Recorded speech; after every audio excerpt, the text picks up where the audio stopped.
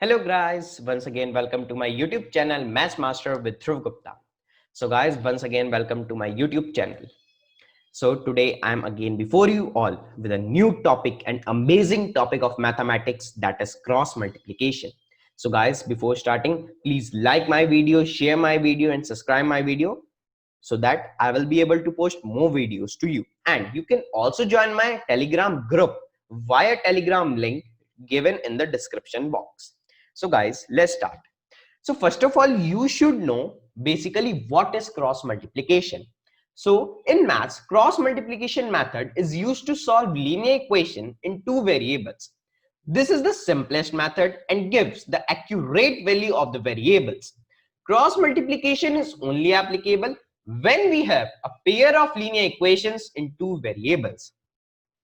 यानी एक मेथड तभी हम अप्लाई कर सकते हैं जब हमारे पास दो वेरिएबल हों और दो इक्वेशन हो. Let us see the steps followed while solving the linear equation by method of cross multiplication. First of all, let us assume that there are two equations.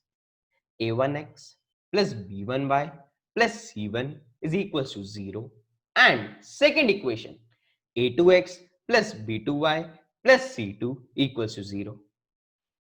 तो हमारे x के कोफिशिएंट क्या हो गए? a1 and a2. What are the coefficients of y? b1 and b2. And what are the constant terms? c1 and c2. तो दोस्तों अब हमें जानना है कि हम इसे क्रॉस मल्टीप्लिकेशन को कैसे इंप्लीमेंट कर सकते हैं. वो अब मैं आपको बताने वाला हूं एक क्वेश्चन के थ्रू. तो चलिए लिखते हैं. तो आज का क्वेश्चन है, मैं सोच रहा हूं कि मैं जानता हूं कि आपको ये समझ में आ रहा होगा टॉपिक. तो आज का क्वेश्चन है 2x plus Y is equals to 5 and my second equation is 3x plus 2y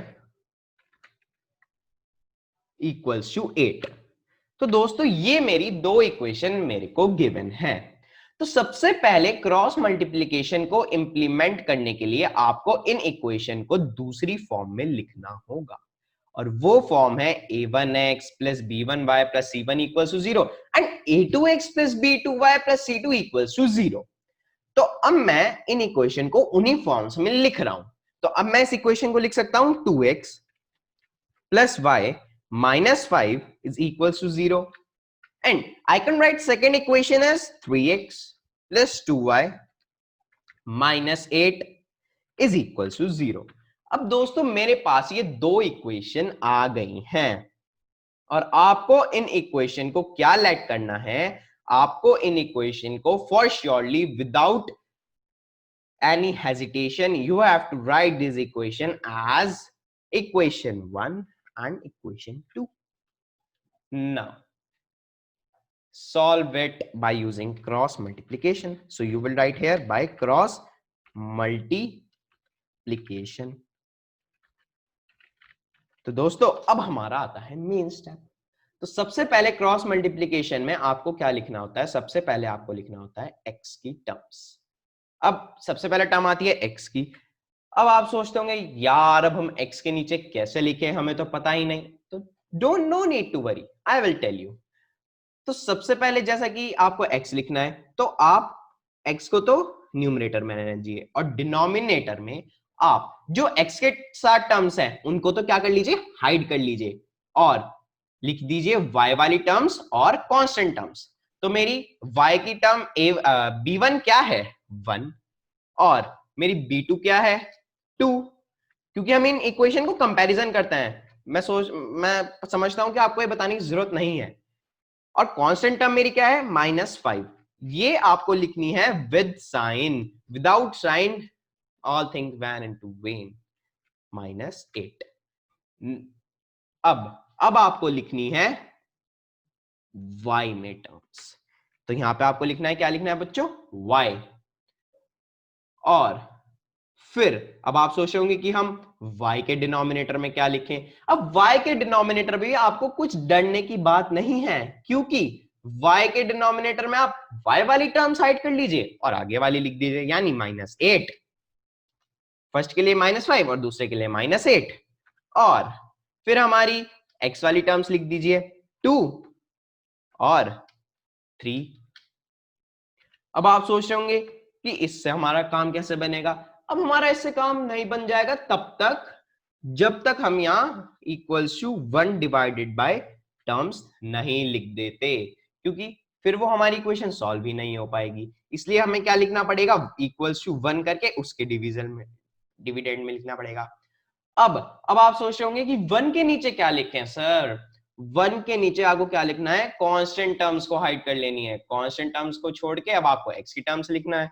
पहले आ जाएगा 2, फिर आ जाएगा 3। अब ऊपर वाली टर्म्स में y की वैल्यूज डाल दीजिए 1, और नीचे वाले में b2 की वैल्यू डाल दीजिए 2। बस आपका काम खत्म। और इनके बीच में क्या लगा दीजिए, इनके बीच में इक्वल्स टू का साइन लगा दीजिए, बस। So simple. तो इसे हमने कर दिया इक्वल।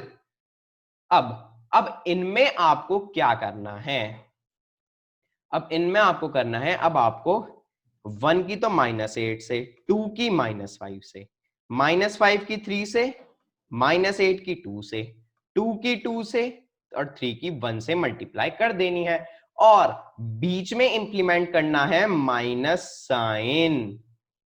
ठीक है, तो अब हमारा नेक्स्ट स्टेप क्या आ जाएगा, हमारा नेक्स्ट स्टेप आएगा x। दोस्तों मेरे पे यहाँ पे स्पेस की कमी है, तो मैं डायरेक्ट कर रहा हूं, वैसे आपको स्टेप बाय स्टेप करना है। 1 की मल्टीप्लाई करी -8 से तो आ जाएगा -8, फिर हमको क्या लगाना है, माइनस साइन लगाना है, फिर ब्रैकेट लगा दीजिए। जब हम 2 की और -5 की मल्टीप्लाई करते हैं तो हमारे पास आता है -10। अब लगा दीजिए इक्वल्स टू का साइन। अब आता है हमारे पास y।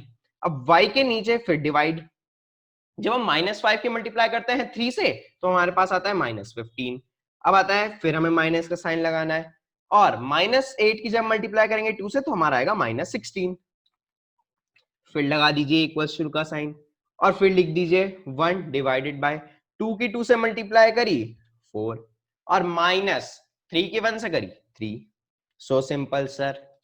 अब x को हमने डिवाइड करा किससे, -8, और माइनस माइनस आप जानते हैं कि प्लस हो जाता है, तो -8 + 10 क्या हो गया हमारा, 2 हो गया। अब इसे फिर इक्वल कर दिया। अब माइनस माइनस फिर से प्लस हो गया, तो y बाय -16, -15 + 16 हमारा क्या हो गया, y बाय 1, y बाय 1 हो गया। ठीक है सर। अब 1 के नीचे क्या बचता है यहाँ पे, 4 - 3, 1 बचता है। ओके, अब आपको क्या करना है, अब आता है मेन स्टेप कि हम वैल्यू कैसे निकालें। अब आपको सबसे पहले तो फर्स्ट स्टेप में तो x और x/2 और 1/2 को इक्वल रखना है, और फिर रखना है 1 y/1 और 1/1 को इक्वल। तो आपका स्टेप बहुत ही इजी हो जाएगा और आपकी वैल्यू आ जाएंगी। तो यहां से हमारी दो इक्वेशंस सामने आती हैं। अब हमारी दो इक्वेशंस क्या आती हैं, हमारी दो इक्वेशंस आती हैं x divided by 2 means x/2 is equals to 1 divided by 1। तो यहां से मैं क्या कह सकता हूं कि x equals to 2, ये आ गई मेरी x की वैल्यू। So simple sir.